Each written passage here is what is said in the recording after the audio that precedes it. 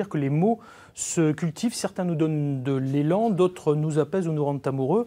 On va peut-être jardiner maintenant avec quelqu'un qui est avec nous en duplex depuis Montbéliard. Bonjour Christine Vallot. Bonjour. Ce sont vos mots en fait que j'ai repris pour définir votre maison d'édition. Ça s'appelle Le Jardin des mots. Voilà pourquoi j'ai fait une périphrase. En revanche, on ne soupçonne pas finalement que vous fassiez des contes un petit peu particuliers pour les petites et les grandes oreilles. Expliquez-nous ce que c'est que cette maison d'édition, s'il vous plaît, en quelques mots choisis. Alors nous sommes une maison d'édition tournée vers le conte et les arts de la parole. Nous travaillons avec la complicité de l'agence de contes Les Singuliers. On aime les histoires et notre but c'est de les partager. Et on développe 3 collections en essayant de donner envie aux enfants de lire et de passer des très bons moments avec un adulte, qui est une belle complicité entre un enfant et un adulte. Vous, j'en suis absolument convaincue, Christine Vallot. Vous me parlez de 3 collections, on va commencer peut-être par la première. Je crois qu'il est question des savoureux. De quoi s'agit-il ? Alors, les savoureux, ça regroupe en fait une histoire illustrée avec un CD. C'est important, on enregistre le conteur soit en live, en direct lors d'un spectacle, soit en fait, s'il préfère, il est enregistré en studio pour créer une bulle. Et le but, c'est de vraiment partager. Souvent, c'est un spectacle qui est enregistré.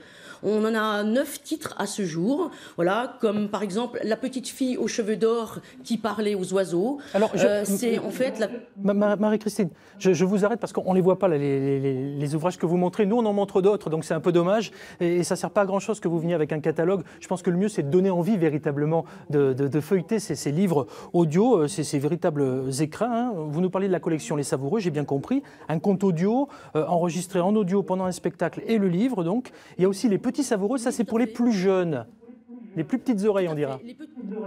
Voilà, tout à fait. Les petits savoureux, c'est pour tous, mais on va dire 2 ans et demi, 3 ans. C'est souvent contes et musique, un beau mélange, une histoire qui est porteuse de sens, par exemple des contes africains de Rémi Boussingui avec du miel partout, ou par exemple Pourquoi il court.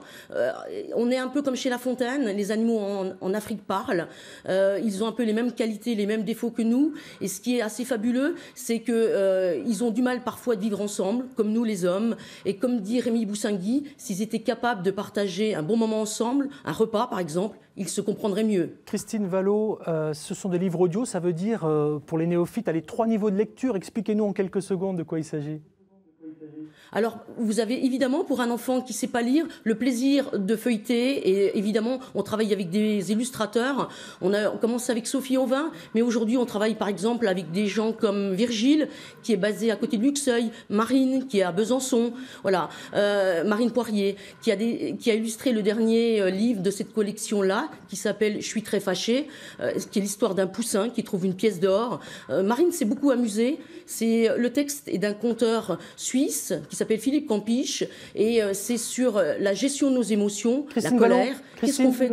Christine, je reviens à ma première question. Je vous disais 3 niveaux de lecture. On m'en avait donné un, c'est la lecture pour les tout petits. Les 2 autres niveaux, s'il vous plaît, pour ces livres audio, pour bien qu'on comprenne. Alors, après, évidemment, c'est le son, le plaisir d'écouter l'histoire, la voix du conteur, la musique. Les conteurs, c'est tous des gens qui jonglent avec les mots. Et puis, évidemment, après, vous avez le texte, le plaisir que la maman ou le papa lisent le soir. 3 collections, on l'a dit, les savoureux, les petits savoureux et les gourmands. Alors, sans nous faire un catalogue des ouvrages, parce qu'on a des exemples ici à montrer, on les voit par trucage, voilà, je vous explique la sauce interne, donc il n'y a pas de souci. Je crois que c'est autre chose, c'est les gourmands, c'est ça, c'est des histoires illustrées, expliquez-moi. Ah oui, tout à fait. Alors, une 3e collection. À ce jour, il y a 5 titres. On travaille sur le 6e. En fait, c'est un livre illustré avec une recette de cuisine.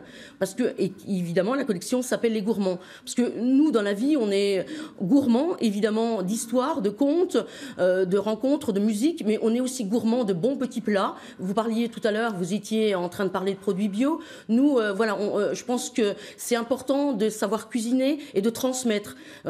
Comme on peut transmettre une histoire, on peut aussi transmettre évidemment des recettes. Christine et les Vallot, recettes, partager un... Oui. Justement, des recettes, j'ai entre guillemets un cuisinier, en tout cas quelqu'un qui gère la restauration collective, plus de 5000 repas par jour. Alors, pas tout seul, il y a une brigade. Hein. Vous êtes à peu près 60-70 environ. En même temps que Christine Vallot nous écoute en duplex depuis Montbéliard. Quels sont les plats à la mode là, chez les enfants, bio et local? Chez vous, par exemple, à Lens-le-Saunier? Chez nous, on leur fait le faritas avec de la viande hachée. Le faritas, mais c'est pas du tout local, ça. Ah non, c'est pas local. Les produits sont locaux, oui. C'est pas local dans la conception de la recette. Oui. Mais après, de toute façon, aujourd'hui, la culture culinaire, elle ne s'arrête pas aux portes de notre région.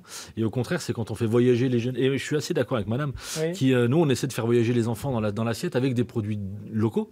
Et on donne des recettes aussi aux enfants pour qu'avec leurs parents, ils apprennent aussi, ils rapprennent à leurs parents à cuisiner. C'est l'inverse, parce qu'on voit aujourd'hui, moi je considère qu'on a maltraité une génération avec l'industrie agroalimentaire et qu'on est en train de revenir aux vraies pratiques.